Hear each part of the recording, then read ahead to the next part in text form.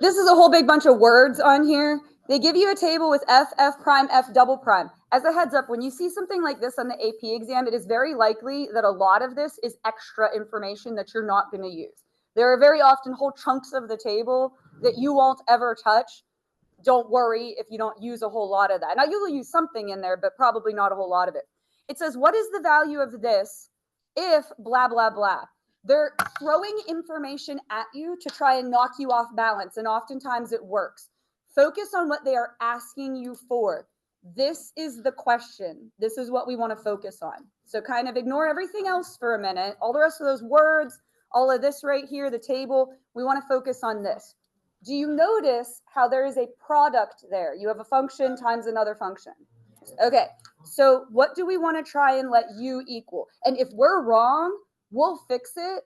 As long as you're not a giver upper, it's going to be okay. All right, negative 2x, perfect. dv is going to be everything else, but specifically you need to include the dx in it. Okay, now you have to switch gears here because you have to do a derivative and you have to do an antiderivative. Du is going to be negative 2 dx. Cool, now we got to go backwards. V, now if this is f prime and we do an antiderivative, it's going to just be f of x. Perfect, good, you all came with me on that. Now, if you set it up like I've showed you every single time, it'll work out the same way every single time. You're going to multiply like this diagonal. So it'll be negative 2x f of x. And this is the thing that again, sorry, my bad. I'm fixing it. This is what you do if you make a mistake. You fix it. I forgot to put one in the notes that had boundaries. You have to put your such that whatever to whatever. Okay? So I love when you guys do that. Sorry. So what were our boundaries? Yeah, and 2 to 4 is how we want to think of that. From 2 to 4. Does anyone remember the next part of the formula? I know it's been a week. Minus, good. Integral, yeah, boundaries. And then, again, if you set this up the same every time, you're going to multiply across the bottom of what you wrote over here. So negative 2 f of x dx. Okay, so hold on. Let's stop and just take a moment. I know, right? First of all, I noticed that there's a double negative here. So I'm going to just go ahead and cancel those out right away. Let's take care of this first part. It's going to be upper boundary minus lower boundary. So I'm going to just look at this for right now. It's a lot. It's a lot. Just a lot. Okay, I will. So we're going to do upper minus lower. Now here's where we're going to use our table. I'm going to have negative 2 times x, which would be 4. So negative 2 times 4 be negative 8. And then I want to do f of 4. So look in your table. You want to find f of 4. So you're going to line up the f of x and the 4, and it is negative 4. So that's just, being able to find that on the table. Then your lower boundary, if you plug in 2, negative 2 times 2, it's like so many 4s in this problem. And then you want to do f of 2. So again, in your table, line up f of x and 2. Like most of the numbers in the table are 4. All right, but that's this first part. Now we're on to the second part. You can't get this from the table because what's your antiderivative of f? Like if you do an antiderivative of f prime, that takes you back to just f, but what do you do here? That's that other piece of extra information that they gave us. Remember, they're not going to give you an undoable problem. It has to be somewhere. Your integral from 2 to 4 of f of x dx is what? Negative 4, but we have to multiply that by 2. So negative 4 times 2 is negative 8. And let's just sort through that. Pretend it was a multiple choice. The choices aren't going to look like that. You're going to have to figure it out, okay? So this would be positive 32. This would also be positive 16 minus 8.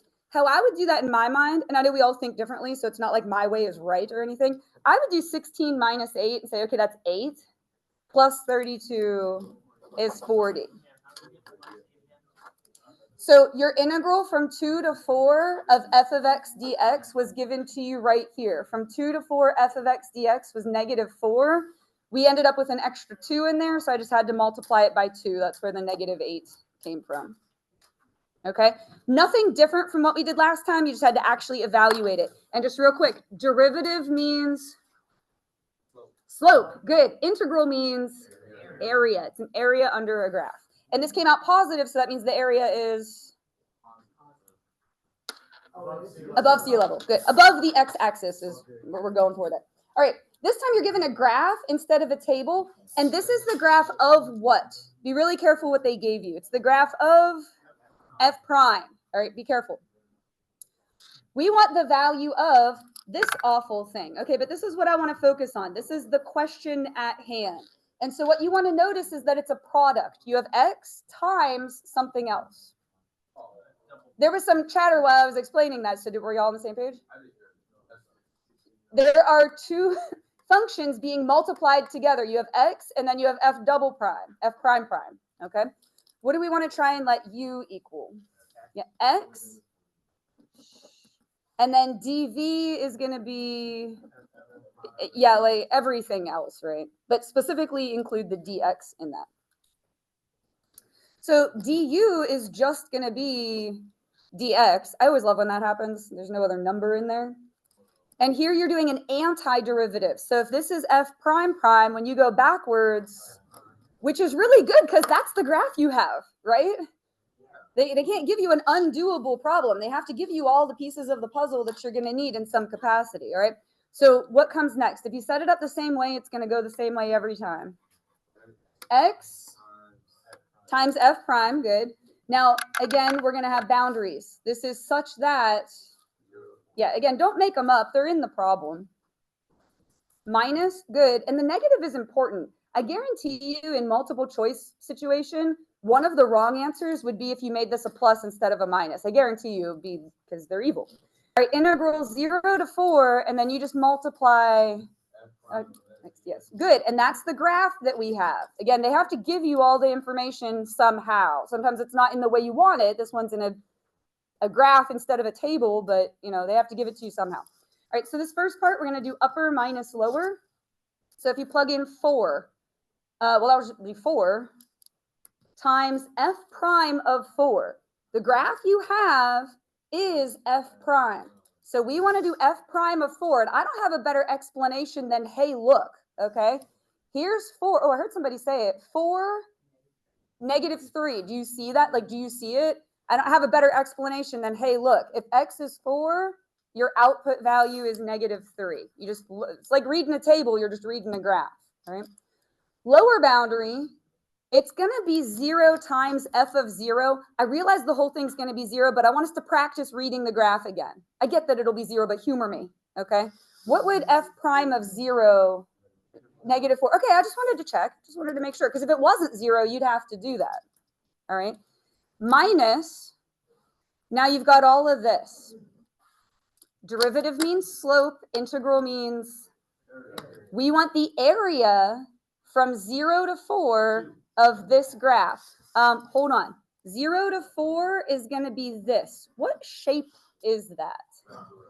Okay, now hold on. I'll talk you through. Now, if you're like, I really don't like a trapezoid, you can do a rectangle and a triangle. But let's go through a trapezoid just to make sure we all know how a trapezoid works.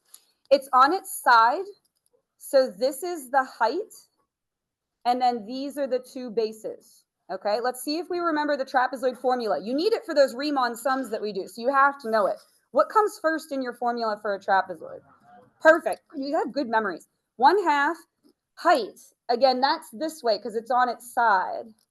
So 4, and then you add the bases together. So it would be 3 plus 4. Good job.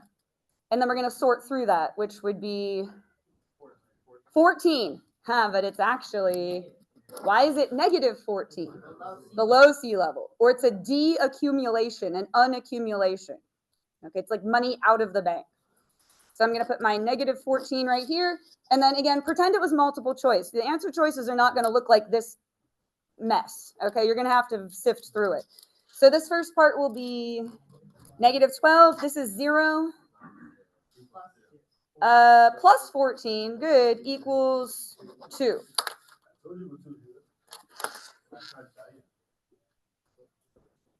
All right, so you guys are going to try question 2. While I'm giving you a chance to do that, I'm just going to work out question 1 really quick just so that it's on my recording here.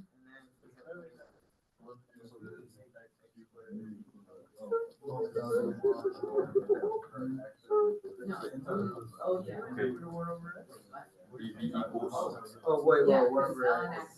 I'm doing 2. What am I doing?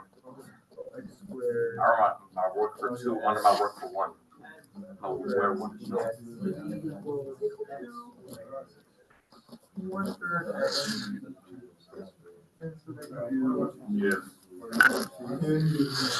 Yeah.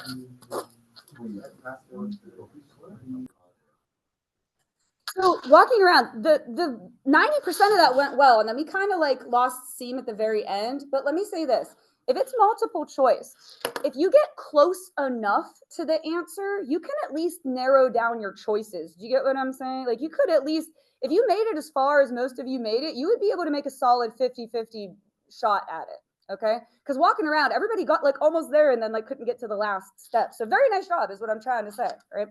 We're going to let u equal ln x.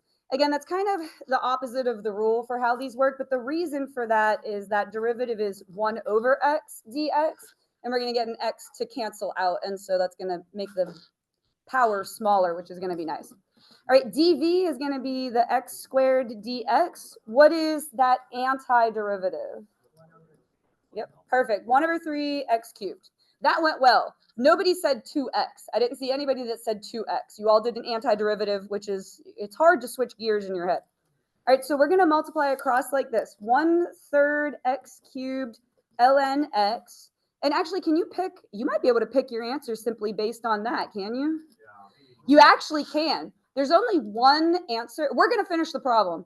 But there's only one answer that has this as the first term and then something else separate from that, which is which choice? Yeah, B as in Barracuda. Okay, we're going to finish the problem though. However, on the AP exam, should you finish the problem? No, you should choose B and move on to the next one because that exam is timed. Okay, so this is going to be, now look, when you multiply these together, because this is the step where most of you got stuck, so I need you to listen. You have that 1/3 in there. This is x cubed, and then you're dividing out an x. So it will now be x squared. Good, and then dx. Okay, so this first part just stays.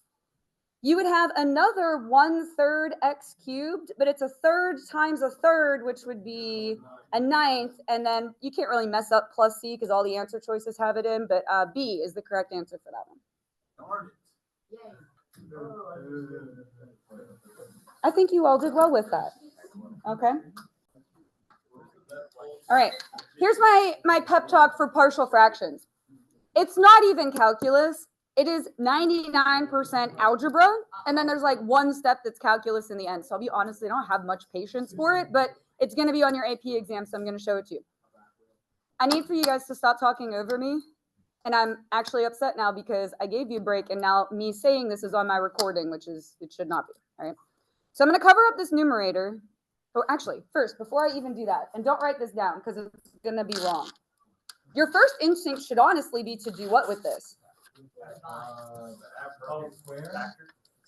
Well, we are going to factor, but I was hoping someone would say use substitution. But let me show you why that won't work. What would you try to let u equal? The x squared minus x minus 2. Starting to become a little nervous. I need for you to focus. So what would du be? Dx. Is there a 2x minus 1?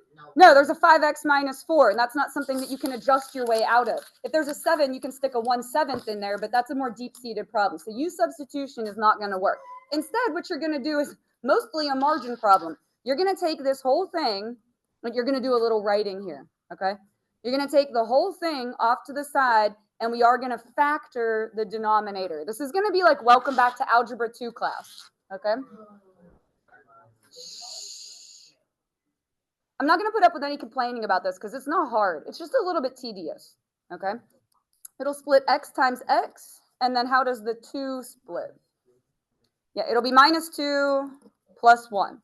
Good, we've made it so far, right? Equals, now here's how you're going to write it. A over x minus 2, that's the first factor that we got, plus b over x plus 1. You're splitting it into 2 separate fractions. Now, I'm only going to write this next step one time. After this, we're going to do it in our heads so that we don't have to write all of this out. But for this first time, I want you to write it. Can you lower that seat down so that you're at an appropriate height for the table? Yeah, I think it's bigger than life and you can see it. Okay. You're going to multiply all three of these terms by the x minus 2, x plus 1. Write it 3 times. This is the only time I'm going to make you do it. So write it 3 times. I want you to do this so you can see what happens. If you don't write it, you won't see it. After this, again, we'll use our imaginations. But I want you to write it at least once so you can see the algebra that is happening. Anyone can write the same thing 3 times. That's my pep talk for that. You don't even have to understand math at all to write the same thing 3 times. So looking at the first term, what cancels out? Well, all of it, right? So what are you left with? Yeah, just, that stuff, 5x minus 4 equals, now what cancels in the second term? Good, so you're left with a times x plus 1, good, plus, and then the last one is going to be b times this 2. Okay, thank you for writing it with me once so you could see and understand what's happening. Moving forward, I guess if you want to write it, you can, but we'll kind of just use our imaginations for that, all right? We're going to say if x equals negative 1. Oh, hold on, question, go ahead.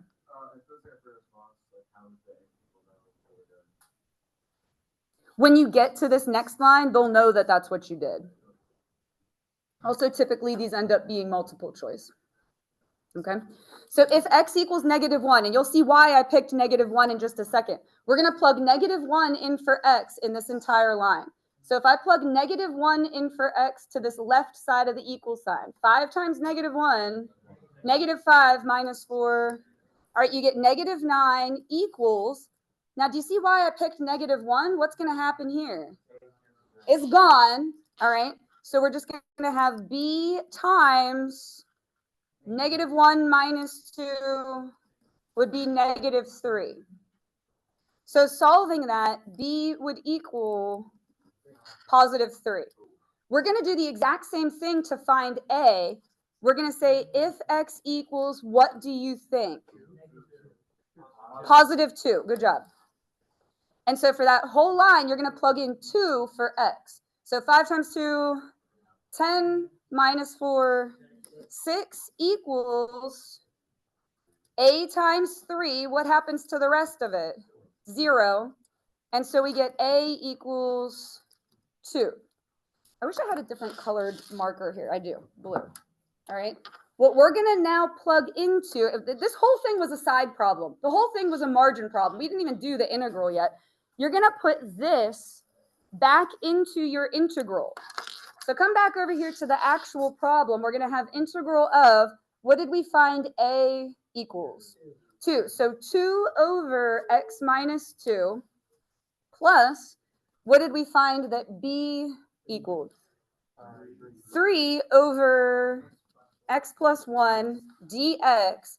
And then we're going to write our answer. This is the only step that is calculus. All right.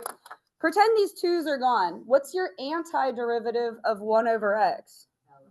ln. It's going to be 2 ln x minus 2. Good. And then plus 3 ln x plus 1. And then plus c. And that is the answer. It is mostly algebra. It is and it isn't. I kind of wrote out every last little thing for that one.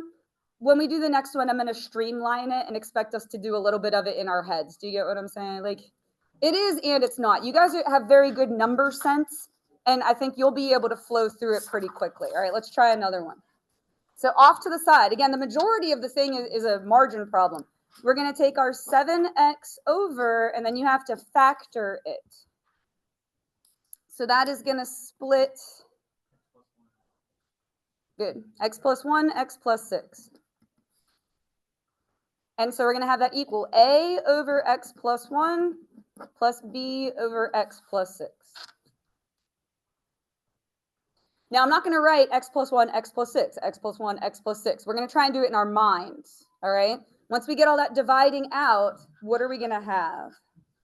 Yeah, 7x equals a times x plus 6 plus b times what? See, I told you it wouldn't be too bad. It's not that bad because you guys are very good at this. You have the foundational skills that you need. All right, we're going to say if x equals, what do you want to let x be? Negative 6. Good. Yeah, close. It's only the second problem you've ever seen. You're fine. All right, so you're going to plug negative 6 in for x to this whole line. 7 times negative 6, be negative 42, equals, this part's gone. That was kind of the whole point. And it would be b times negative 5. So b is going to equal positive 42 fifths. Let it go. It just is what it is. It just comes out to whatever it comes out to. Numbers are just numbers. Don't discriminate. It's a great answer, right? Then we're going to say if x equals negative 1. Good. So plug negative 1 into this entire thing. That will give you negative 7 equals a times 5. So a equals negative 7 fifths. You're going to plug back in for this. That's what goes inside of your integral. So it is going to be integral of, what we get for a? Yeah, now here's how I would write it. I would just put negative 7 fifths over x plus 1, because you know it's going to turn into an ln anyway. Negative 7 fifths, yeah. You can see it right here. Sorry, I can't fit the whole thing up there at once, or I would have to shrink it. All right, plus, and then what do we get for b? Yeah, 42 over 5, and then that's over x plus 6 dx. To be real honest, if you know the answer is going to have those ln's in it, and you can do it in your head without writing this step, I'm fine with that. Just don't mix things up, okay? So your final answer, and the only step that involves any calculus, which is an antiderivative, negative 7 fifths ln x plus 1. Cool. Plus 42 over 5 ln x plus 6 plus c. If you don't put plus c into delta math, it's going to mark it wrong. Okay, that's not bad. Okay. So off to the side here, we're going to have 4x minus 7 over, and then how did you split it up? Yeah, okay, so now, some of you are going to have done it the same way as me. Some of you are going to have it the other way around. We're going to get the same answer in the end. Yours just might be written backwards to mine. It means the same thing, okay? No freaking out, right? This is going to equal a over x minus 1 plus b over x minus 2. When you go and divide out, you're going to get 4x minus 7 equals what? It'll be a times x minus 2 plus b times, perfect. What do we want to let x equal first? Or actually, it doesn't matter. 2, okay. X equals 2. 4 times 2, 8 minus 7. We get 1 equals, this is gone, b times 1, which would just be b. 1 is b. b is 1, okay? If x equals 1, you would get 4 minus 7. That would be, bless you, negative 3 equals, yeah, a times negative 1. And so a equals 3. Okay. You are substituting back in this part. So we're going to get integral. What was a? 3 over x minus 1 plus b is 1 over x minus 2. And then basically just write your answer. It's going to be 3 ln, yep, absolute value, x minus 1 plus ln x minus 2. I guess you could put a 1 in front of that, but I probably would recommend against it because it would look weird. 1 and then an ln and then plus c. Go ahead. So yes, the answer. Can you guys listen? Shh. When someone else asks a question, you need to listen to because you will benefit. If it was free response and you don't put the absolute value, they will absolutely not give it to you. You are allowed to drop the absolute value if you plug in a number, because for example, the absolute value of negative 7 would be 7. You just write 7. You would like have done the absolute value, but as long as it's a variable like x is in there, you have to keep it. If you're not sure, put an absolute value. Then you can't be wrong, right? I worked out number 6 in case if any of you did that, because some of you were real speedy and went ahead. But I wanted to do this as like a comparison. We're going to do number 7. Number 7 has a bit of a twist to it. Do you see how this one split into x minus 2, x minus 3? You see that there? Okay. I'm going to write, don't write this down because it's going to be wrong. Okay. How would you try to split up this one? You would try 1 and 5, but to get 4, you would need 5 minus 1. Why is that wrong? Why is this incorrect? It needs to be a positive 5. Okay, so back to the drawing, but partial fractions is not going to work. What else have you got in your toolbox? Completing the square is what we're going to need to do here. Okay, you have to understand the tools you have in your toolbox available to you. Let's go over them. Partial fractions we have now. Integration by parts. That's for if you have a product of functions. You got completing the square. Oh, say that louder. Synthetic division or regular old U substitution if that's going to work. Okay, but we're going to complete the square. So we're going to have x squared plus 4x plus what? You need to complete the 4. 4 is a little bit of a weird number because 2 plus 2 is 4 and 2 times 2 is 4. Okay, we're going to give that a hug. I'm going to extend my fraction bar here. Plus 1. You were close. Okay, dx. All right. Now, the whole point of that is that you can write it as something squared. I'm a huge fan of setting things up blank and then going back and filling them in. Because if you have the framework or like what I usually call the skeleton of the thing, it calms you down. Because you're like, oh, I have all this stuff. I just got to go fill in a blank. All right. What do you think is going to go in there? Yeah, x plus 2. A is going to be a number. U is going to be a variable. What do you think A is? It's a number. 1. The square root of 1 is 1. U is going to be, it is. Good job. See, I knew if I waited you guys out, you'd come up with it. All right, so du is going to just be dx. It is arctangent. Why is it arctangent and not sine or secant? There's no square root. You don't even have, you just have to be able to identify. Oh, there's not a square root. Cool. I'm going to write every little last bit of this out, but you can kind of skip some of it because A ended up being 1. In front of the arctangent, you have 1 over A. It would end up just being 1 over 1, but I'm putting it there because what if A was 7? Then you would have 1 over 7, okay? Arctangent, and then it's U over A. But again, because it's just 1, how could you write this? Like just x plus 2. Okay, but I'm putting it there because if A was not 1, you'd have a fraction there, and then plus c. But if you saw it in a multiple choice situation, they're not going to put all of those 1s in there. It's going to just look like that.